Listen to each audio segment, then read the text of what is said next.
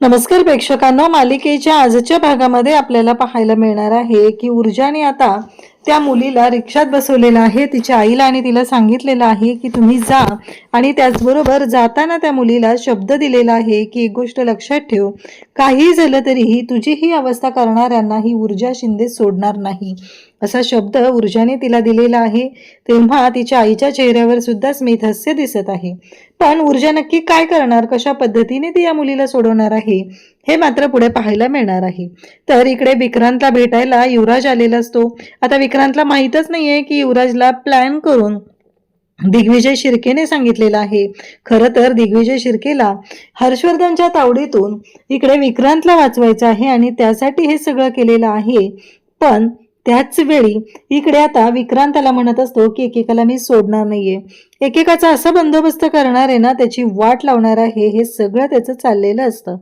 पण त्याच वेळी इकडे मात्र आपल्याला पाहायला मिळतं की आता विजया घरी वाट बघत आहे आणि ती खूप चिडलेली असते. ती तीर्थाला म्हणत असते, बघितलं ना, तुला शब्द दिला होता ना तुझ्या ऊर्जा वहिनीने.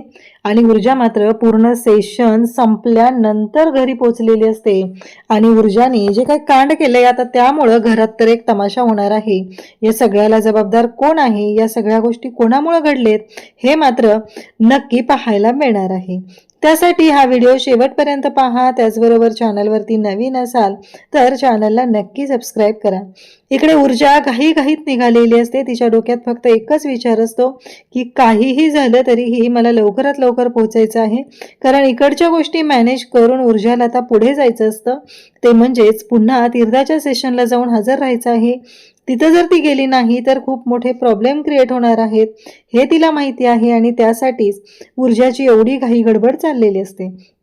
मग ऊर्जा त्या चहाच्या टपरीच्या तिथे पोहोचते. तेव्हा ती सुनीता आणि त्याचबरोबर तिची मुलगी दोघीही तिथे त्या बाकड्यावरती बसलेले असतात. खरं तर ऊर्जाला प्रश्न पडतो की हे सगळं काय आहे, म्हणजे ज्या गोष्टी एवढ्या छान पद्धतीने घडू शकतात, दवाखान्यात न्यायचं, तर त्या मुलीला घेऊन ही बाई इथे काय करते, हा प्रश्न ऊर्जाला पडलेला असतो. आणि ऊर्जा मात्र त्याच गोष्टींचा विचार करत असते. पण त्या बाईकडे मात्र त्याचं उत्तर नसतं. आणि मग मात्र ऊर्जा आता तिथं आलेली आहे. ऊर्जा म्हणते की अहो, इथे काय थांबलात तुम्ही, खरं तर हिला हॉस्पिटलमध्ये नेणं गरजेचं आहे. इकडे घरी मात्र तीर्था हट्टाला पेटलेली आहे की काही झालं तरीही माझ्या सेशनला ऊर्जा वहिनी असल्याशिवाय मी या सेशनला बसणारच नाहीये. आता ऊर्जा कुठे गेलीये काय, ह्याबद्दल काहीच माहिती नसतं. आणि शौर्य मात्र ऊर्जाला फोन करत असतो. आता ऊर्जाला पोहोचायलाच अजून एवढा वेळ झालेला आहे, तर माघारी यायचा प्रश्नच लांब असतो. पण शौर्य मात्र कॉल करत असतो. शौर्य म्हणत असतो की नाही, ऊर्जाला लवकरात लवकर मी बोलावून घेतो. इकडे तीर्था मात्र म्हणत असते की नाही, जोपर्यंत ऊर्जा वहिनी येत नाही तोपर्यंत मी ह्या सेशनला सुरुवात करणार नाही. तेव्हा आदित्य म्हणतो, अगं आम्ही आहोत ना, आम्ही म्हणतोय ना तुला, ठीक आहे. आणि मग ती डॉक्टरांना विचारते की तुमच्याकडे तेवढा वेळ आहे ना, तुम्ही थांबू शकाल ना तेवढा वेळ. तेव्हा डॉक्टर म्हणतात की हो, तोपर्यंत आपण गप्पा मारूया. डॉक्टरांनी सुद्धा हे सगळं वातावरण हलकं फुलकं केलेलं असतं आणि इकडे तीर्थाला शांत केलेलं असतं. तेव्हा आजी तीर्थाचा हात हातात घेऊन असतात आणि म्हणत असतात की काळजी करू नको, सगळं व्यवस्थित होणार आहे, आम्ही आहोत ना सगळे तुझ्यासोबत, हे सुद्धा आजींनी सांगितलेलं असतं. त्यानंतर इकडे पाहायला मिळतं की विजया म्हणते की बरोबर आहे, आता तीर्थाने सांगितलं होतं तरीही ऊर्जाने ऐकलेलं नाहीये. ऊर्जासाठी क्लायंट महत्वाचा आहे आणि ऊर्जा निघून गेलेली आहे, ही गोष्ट काही मला पटलेली नाही, असं म्हणत विजया गोंधळ घालू लागते.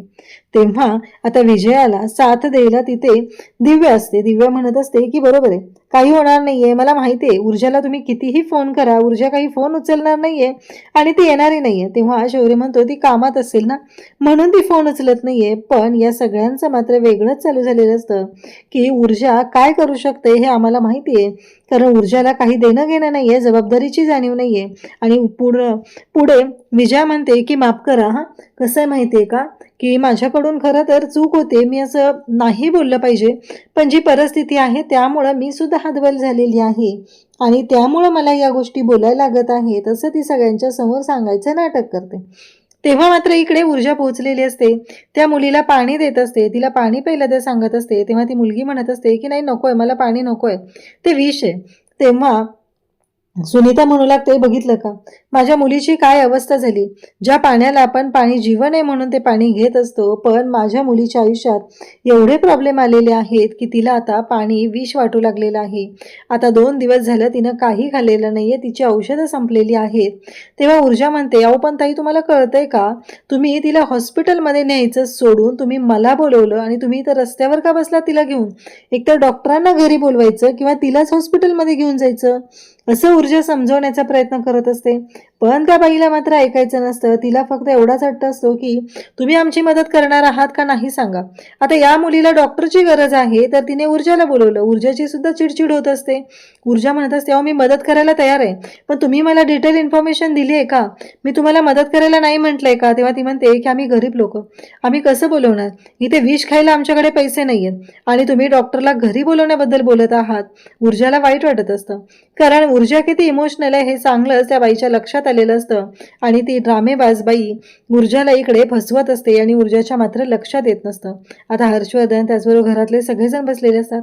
एवढा वेळ झालं ऊर्जा अजून आलेली नाही, कारण डॉक्टरांचा 11चा सेशन होता आणि ऊर्जा 9 वाजता घरातून बाहेर पडलेली. ऊर्जाला असं वाटत होतं की ऊर्जा 11 वाजेपर्यंत रिटर्न येईल, तर ऊर्जा डॉक्टर यायच्या आधी, म्हणजे डॉक्टर घरी पोहोचलेले असतात 11 वाजता, तर ऊर्जा 11 वाजता त्या ठिकाणी पोहोचलेली असते आणि त्यानंतर डॉक्टरांनी जवळजवळ 1 तास वेटिंग केलेलं असतं, त्यांनी वाट बघितलेली असते, पण ऊर्जा काही घरी आलेली नाही. आता मात्र सगळ्यांची चिडचिड होत असते. सगळ्यांना फक्त एकच गोष्ट माहीत असते की काहीही झालं तरीही ऊर्जाने असं वागायला नको होतं. ऊर्जानं जे काही केलेलं आहे ते चुकीचं केलेलं आहे, एवढाच सगळ्यांच्या डोक्यात विचार सुरू झालेला असतो. आता मात्र गोष्टी चुकीच्या पद्धतीने चाललेल्या असतात आणि इकडे आता शौर्य त्याचबरोबर बाकीचे सगळे सुद्धा तिथं असतात आणि त्याचबरोबर आजी म्हणते की तीर्था माझं ऐकून घे, मी काय सांगते ते जरा शांतपणे ऐकून घे. डॉक्टर म्हणत असतात की हो अर्धा तास आहे आपल्याकडे. तीर्था म्हणते अर्धा तास आहे ना, मग जोपर्यंत ऊर्जावाहिनी येत नाहीये तोपर्यंत मी सेशनला बसणार नाहीये. तेव्हा विजया म्हणते की अगं ऐकून घे जरा, तू आम्ही काय सांगतोय त्या गोष्टी ऐकून घे. आम्हाला असं वाटतंय की तू सेशनला बसावंस आणि मग सेशन सुरू होईल तेव्हा येईल ती. तेव्हा तीर्था म्हणते की नाही बसणार मी सेशनला, मला ऊर्जावाहिनीच हवी.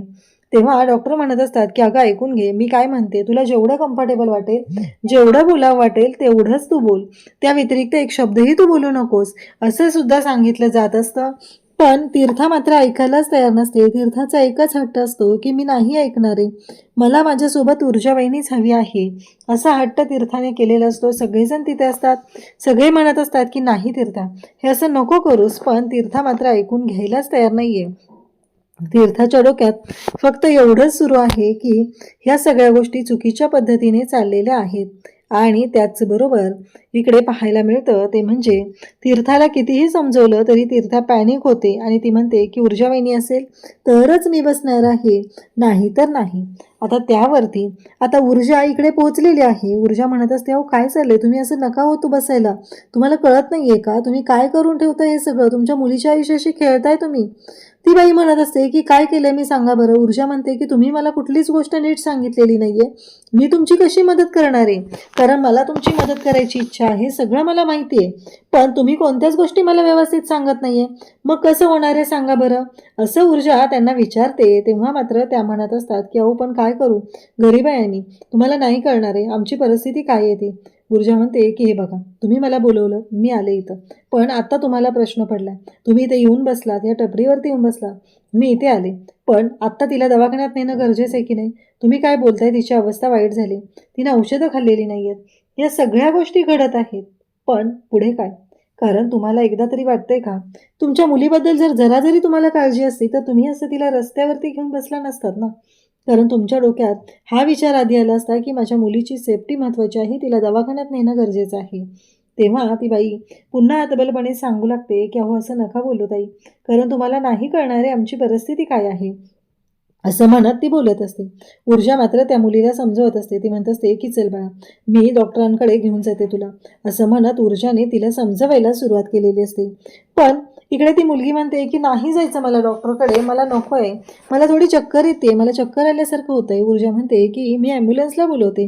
तेव्हा ती सुनीता म्हणते की नाही, कशाला ॲम्ब्युलन्सला बोलवायचं, नाही बोलवायचं ॲम्ब्युलन्सला, आणि त्या क्षणी ऊर्जा म्हणते, अहो काय चाललं तुमचं, तुम्हाला कुठल्याच गोष्टी कशा ऐकायच्या नाही आहेत. ऊर्जाला आता थोडंसं हे सगळं संशयास्पद वाटू लागलेलं असतं. ऊर्जा म्हणते की थांबा जरा, आपण ना नीट ह्या सगळ्या गोष्टी मॅनेज करून बघूया. असं म्हणत आता ऊर्जाने या सगळ्या गोष्टींच्या बाबतीत विचार केलेला असतो आणि ऊर्जाने ठरवलेलं असतं की काहीही झालं तरीही यांना हॉस्पिटलमध्ये घेऊन जायचं आहे. हा विचार ऊर्जाच्या डोक्यात सुरू झालेला असतो. आणि त्याचबरोबर ऊर्जाचं असं म्हणणं आहे की या सगळ्या गोष्टी ज्या पद्धतीने घडत आहेत त्यामध्ये कोणाचा हात आहे. तुम्ही जर मला डिटेल इन्फॉर्मेशन देऊ शकला तर आणि तरच मी या सगळ्या गोष्टी सोडवू शकेल. जर तुम्ही मला काही सांगितलंच नाही आहे तर मी कसं सोडवणार आहे, मी तुमची मदत कशी करणार आहे. इकडे शौर्याला काळजी वाटत असते. शौर्य घरातून बाहेर पडून ऊर्जाला घेऊन येण्यासाठी प्रयत्न करत असतो, पण त्याला विजय आणि हर्षवर्धन मात्र घरातून बाहेर जाऊच देत नसतात. तेव्हा तीर्था आणि शौर्य बोलत असतात. तीर्था म्हणते की काय झालं दादा, लागला का वहिनीचा फोन. तेव्हा शौर्य म्हणतो की नाही, मी खूप वेळ झाला तिचा फोन ट्राय करतो पण तिचा फोनच लागत नाही आहे. तेव्हा तीर्था सांगू लागते की काल मला विक्रांतचा फोन आलेला आणि त्याने मला धमकी दिली. त्याने मला सांगितले की तुझ्या घरातल्यांना मी सोडणार नाही असं म्हणत त्याने मला धमकी दिली आणि एस्पेशली ऊर्जा वहिनीला तो सोडणार नाही असं त्याने सांगितले. हे ऐकता क्षणी शौर्याला धक्का बसतो. शौर्य म्हणतो काय सांगतेस तू हे सगळं. तेव्हा ती सांगते की हो, पण शुअर तोच होता का तो. तेव्हा तीर्था सांगते की मी झोपेतही त्या माणसाचा आवाज ओळखू शकते. हे तीर्थाने सांगितल्यानंतर आता इकडे शौर्याचा पारा चढतो. शौर्य म्हणतो काय, हे सगळं अशा पद्धतीने झालंय. आता मात्र इकडे शौर्य विचार करतो. शौर्य म्हणतो की नाही, सोडणार नाही मी त्या विक्रांतला असं म्हणत शौर्याने आता विक्रांतला फोन लावायला घेतलेला असतो. तेव्हा तीर्था म्हणत असते दादा ऐकून घे ना माझं आधी, ऐकून घे ना. पण विक्रांतच्या बाबतीत आता मी शांत राहणार नाही हा विचार शौर्याच्या डोक्यात सुरू झालेला असतो आणि शौर्य मात्र खूप चिडलेला असतो. इकडे ऊर्जा त्या सुशीलाला समजवण्याचा प्रयत्न करत असते की तिला हॉस्पिटलमध्ये नेणं गरजेचं आहे. तुम्ही ज्या पद्धतीने आत्ता वागत आहात ते चुकीचं आहे, ते तिच्या जीवावरही बेतू शकतं. त्यावरती त्या बाईचं म्हणणं असतं की मॅडम कसं नेणार आम्ही हॉस्पिटलमध्ये, तेवढे पैसे खर्चायलाही आमच्याकडे नाही आहेत. त्यामुळं मला नाही माहिती की ह्या सगळ्या गोष्टी कशा होणार आहेत. ऊर्जा म्हणते बरं तुम्ही शांत व्हा आधी, आपण करूया काहीतरी, मी आहे ना आता, मी बोलवते डॉक्टरांना, ॲम्ब्युलन्स बोलवते, आपण तिला घेऊन जाऊया. इकडे डॉक्टर म्हणत असतात की आता आपल्याला सेशन सुरू करायला हवं आहे, कारण ऊर्जा आली की ती आपल्याला जॉईन करेल. तेव्हा तोपर्यंत आम्ही सेशन सुरू करतो. मग आजी सांगते की तीर्था मी थांबले तर चालेल ना तुझ्यासोबत. तेव्हा तीर्था म्हणते की हो चालेल. म्हणजेच आजीने निर्णय घेतलेला असतो की तीर्थासोबत थांबायचा आणि तीर्थासोबत आजीने थांबल्यानंतर तीर्थाला काही प्रॉब्लेम नाही आहे हे लक्षात आल्यानंतर आजी म्हणते की ठीक आहे. आणि असं म्हणत आजीने सुद्धा तीर्थाला आधार दिलेला असतो आणि तिला दाखवून दिलेलं असतं की काळजी करू नको. तेव्हा तीर्था म्हणते की चालेल. आता सेशनला सुरुवात केली जाणार असते. तीर्थाची फक्त एकच इच्छा होती की काहीही झालं तरीही माझ्यासोबत ऊर्जाबाईनी हवी आहे. पण ऊर्जा इकडे अडकलेली असते. ऊर्जाला कळत असतं की तिच्या फोनवर फोन येत आहेत, शौर्याचा फोन येत असतो आणि त्याचबरोबर ऊर्जा म्हणते की मी हा फोन घेते आणि मग बाकीच्या गोष्टी आपण करूया असं ऊर्जा सांगायला सुरुवात करते. आणि तेव्हा मात्र ऊर्जा तो फोन घ्यायला जाते. तेवढ्यात त्या बाईने जणू काय हे सगळं नाटक केल्यासारखं घडतंय असं वाटत आहे. म्हणजे या नाटकामध्ये कोणीतरी सामील आहे का, कारण या सगळ्याचा डायरेक्टर कोणी वेगळा आहे का. कारण नेमकं ऊर्जा आता दवाखान्यात न्यायचं आहे, शौर्याला घरी फोन करते असं सांगते आणि तेवढ्यातच ती मुलगी तिथे बाकड्यावरती बसलेली असते आणि ती चक्कर येऊन पडते. आता मात्र ऊर्जाला प्रश्न पडतो की हे सगळं काय चाललंय. ती मुलगी तिथे चक्कर येऊन पडलेली असते. ऊर्जाला कळत नाही आहे की हे सगळं काय घडतंय आणि त्याच वेळी ऊर्जा धावत येते. तो फोन तिथे तसाच ठेवलेला असतो, शौर्याला फोन लागलेला असतो. शौर्य मात्र विचार करत असतो की हे सगळं काय चाललंय, ऊर्जा कुठे अडकली तर नाही आहे ना, ऊर्जाच्या जीवाला धोका तर नाही आहे ना. शौर्याच्या डोक्यात हे विचार चालू असतात. आता शौर्याला एक प्रश्न पडलेला असतो की करायचं काय. घरातले त्याला घरातून बाहेर पडू देत नसतात. तेव्हा मात्र शौर्य घरातल्यांना म्हणतो की नाही मी जाणार आहे. हर्षवर्धन तिथे येतो आणि विजयाला म्हणतो की जाऊ दे त्याला. आता ऊर्जाने आणि त्या मावशींनी सोनालीला उचललेलं असतं आणि तिला ऊर्जा म्हणते की ते बसवा तिला आधी आणि तिला आधी पाणी द्या, तिला काहीतरी खायला देणं गरजेचं आहे. जर या गोष्टी होणार नसतील तर आपल्याला बाकी सगळ्या गोष्टींच्या बाबतीत विचार करावा लागणार आहे. हे सगळं घडत असतं. तेव्हा ऊर्जा मात्र समजून सांगण्याचा प्रयत्न करत असते, पण ती बाई मात्र ऐकतच नसते. तिचा हट्ट वेगळाच असतो. ऊर्जाला असं वाटत असतं की त्या मुलीला लवकरात लवकर ट्रीटमेंट मिळणं गरजेचं आहे आणि त्याच वेळी ऊर्जा आता फायनली रिक्षा बोलवते. उद्याच्या भागात आपल्याला पाहायला मिळतं की ऊर्जा म्हणते की काळजी करू नकोस, रिक्षा बोलवलेली असते. आणि त्याचबरोबर ऊर्जा म्हणते की काही झालं तरी ही ऊर्जा शिंदे तुझ्याबरोबर आहे, तुला मी नक्की न्याय मिळवून देईल असं ऊर्जाने ठरवलेलं आहे. आणि ऊर्जा त्या गोष्टीची तयारीसुद्धा करत आहे. इकडे ऊर्जा एकच विचार करते की काहीही झालं तरीही मला लवकरात लवकर या मुलीला न्याय मिळवून द्यायचा आहे आणि त्यानंतर घरी जाऊन तीर्थाची मदत करायची. आता ऊर्जा जेव्हा घरी येते तेव्हा विजयाचा पारा चढलेला असतो. तिला खूप राग आलेला असतो, ती खूप चिडलेली असते. ती म्हणत असते की बाद झालं, आतापर्यंत खूप झाले तीर्था, बघ आली का ती. इकडे विक्रांत मात्र युवराजला म्हणत असतो की एकेकाला सोडणार नाहीये, कारण ज्यांनी ज्यांनी माझ्या बाबतीत हे सगळं केलेलं आहे त्याला मी सोडणार नाही. तेव्हा मात्र युवराज त्याला विचारण्याचा प्रयत्न करत असतो की नक्की काय करणार आहेस तू. तेव्हा तो म्हणतो तुला कळलं असेल ना मी कोणाबद्दल बोलतोय, मग पुन्हा विचारायची काही गरज नाहीये.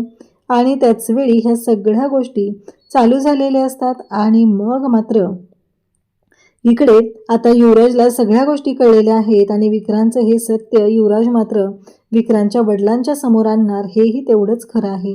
अशाच अपडेटसाठी चॅनलशी कनेक्ट राहा. थँक्यू.